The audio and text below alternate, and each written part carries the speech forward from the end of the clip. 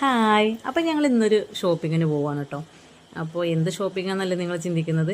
ഇന്ന് മറ്റേ വേറെ ഐറ്റംസ് ഒന്നല്ല കേട്ടോ, ഇന്ന് ബേക്കറി ഐറ്റംസിൻ്റെ ഷോപ്പിംഗാണ്.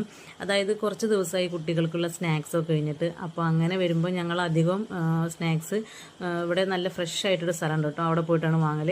വാങ്ങുമ്പോൾ ഞങ്ങൾ കുറച്ച് ദിവസത്തേക്കുള്ളതാണ് വാങ്ങുക ചെയ്യൽ. അപ്പോൾ ഞങ്ങളിങ്ങനെ പോണത് എങ്ങോട്ടാണെന്നറിയുമോ?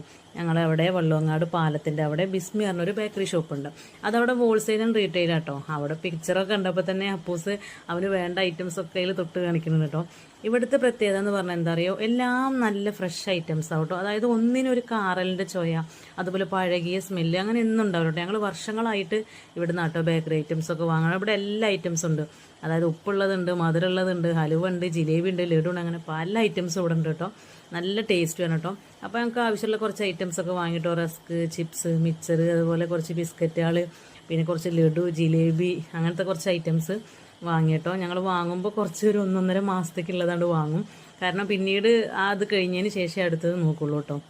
അപ്പോൾ ഇതൊക്കെ വാങ്ങി ഞങ്ങൾ തിരിച്ചു പോരുന്ന സമയത്ത് ഭയങ്കര ബ്ലോക്ക് കിട്ടും. അപ്പോൾ എന്താ സംഭവം എന്ന് ഞങ്ങൾക്ക് മനസ്സിലായിട്ടുണ്ടായിരുന്നില്ല. അപ്പോൾ ഒരു വലിയൊരു വണ്ടി, അതായത് ആ വണ്ടിക്ക് കൂടെ പോകാൻ തന്നെ കഴിയണില്ല. മരങ്ങളൊക്കെ വെട്ടി മാറ്റി കൊടുക്കണം, വണ്ടികളൊക്കെ സൈഡ് ഒതുക്കി കൊടുക്കണം. അപ്പോൾ അത്രയും വലിയൊരു വണ്ടി. അപ്പോൾ അതെന്താണെന്ന് ചോദിച്ചപ്പോഴാണ് പറഞ്ഞത്, നമ്മളിവിടെ കോഴിക്കോട് എയർപോർട്ടേക്കുള്ള ഫയർ എഞ്ചിൻ്റെ വണ്ടിയാണെന്ന് പറഞ്ഞത്. അപ്പോൾ അതിനുള്ള എല്ലാ സഹായങ്ങളും ട്രോമ കെയർ ചെയ്തു കൊടുത്തിട്ട് അതിന് പോകാനുള്ള ഒരു ബ്ലോക്കാണ് ഇപ്പോൾ കാണുന്നത്.